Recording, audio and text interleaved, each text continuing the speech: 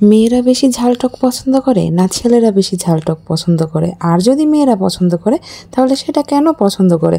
তো hello viewers, আসসালামু আলাইকুম, this is Shila and welcome to my page. সবাই কেমন আছেন? সবাইকে আমার নতুন একটা ব্লগে আবার আমন্ত্রণ জানাচ্ছি। তো এটা হচ্ছে স্কুলে, যেখানে আমরা সবাই মিলে, মানে আমার কলিগরা, ফ্রেন্ড বলতে পারেন, সবাই মিলে একসাথে আম ভর্তা পার্টি করি। এটা প্রায়ই করা হয়, কারণ টকটা আসলে খেতে অনেক অনেক পছন্দ করি আমি। আর ঝালের কথা তো বললেই না। তো এটা যেহেতু ঝাল টক মিষ্টি করে বানানো হয়েছিল, মানে আমাদের খালা বানিয়েছিল। আন্টি এত ভালো ভর্তা বানাতে পারে, এটা আমার এর আগে জানা ছিল না।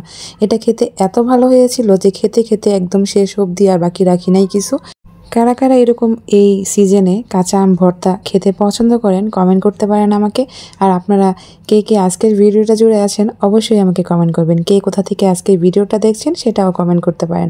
আর যারা ফেসবুক পেজ থেকে আছেন পেজটা ফলো করে দিয়ে ভিডিওতে লাইক করে দিতে পারেন। আর যারা ইউটিউব চ্যানেল থেকে আছেন চ্যানেলটা সাবস্ক্রাইব করে দিয়ে বেল বাটনে প্রেস করে দিতে পারেন। তো এই তো, অনেক সময় রুটি রয়ে গেলে আমি কিন্তু এভাবে ওভেনে গরম করে ফেলি, তো রুটিটা গরম হয়ে যায়। যদিও একটু হালকা শক্ত থাকে, আবার যারা এই ধরনের রুটি খেতে পছন্দ করেন তাদের ভালো লাগে। যারা নরম রুটি খেতে পছন্দ করেন তাদের হয়তো বা ততটা ভালো লাগবে না। আর এটা হচ্ছে একটা টিফিন বক্স, যেটা বাচ্চার জন্য নিয়ে আসা হয়েছে। চাইলে অনেকেই কিন্তু অফিসেও লাঞ্চ বক্স হিসেবে ব্যবহার করতে পারবে। তো দেখতে বেশ সুন্দর, কিন্তু ভিতরে জায়গাটা একটু কম আর কি। বক্সটা কেমন হলো সেটা কিন্তু জানাতে ভুলবেন না, কারণ আপনাদের এক একটা কমেন্ট পড়তে আমার অনেক ভালো লাগে। আর আপনাদের কমেন্ট আমাকে নতুন করে কাজ করার প্রতি অনেক বেশি ইন্সপায়ার করে। আমরা যারা নতুন নতুন কাজ করছি, তো তারা কিন্তু একজন একজনের হেল্প ছাড়া কখনোই সামনের দিকে এগোতে পারবো না। তাই সবাই সবাইকে অবশ্যই সাহায্য করব।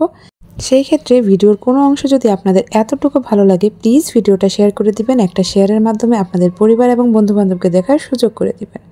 তো অনেকেই কিন্তু বাকরখানি খেতে পছন্দ করেন। আর যারা পুরান ঢাকার বাকরখানি খেয়েছেন তারা অন্য কোথাওটা খেয়েও মজা পাবেন না। পুরান ঢাকার বাকরখানি অনেক মজা, অনেক ভালো লাগে খেতে। তো প্রায়ই যাওয়া হতো, তখন খাওয়া হতো, প্রায় নারায়ণগঞ্জে নিয়েও আসা হতো। তো নারায়ণগঞ্জে কিন্তু পুরান ঢাকার মতো সেরকম বাকরখানি পাওয়া যায় না। আর এটা হচ্ছে রং চা, যেটা আমি খুবই স্পেশাল করে বানাই এবং আমার হাতের রং চা খুবই ভালো হয়। আর আমার মতো কে কে আছেন যারা আমরা ঘরে মানে সারা দিন 4 জন মিলে শুধু খেতেই থাকি, মানে একটার পর একটা খাওয়া আমাদের চলছে। এক আইসক্রিম নিয়ে 4 জন কাড়াকাড়ি, এগুলোর মধ্যে যে ভালোবাসা আর আনন্দ আছে সেটা কিন্তু আর কোথাও নাই।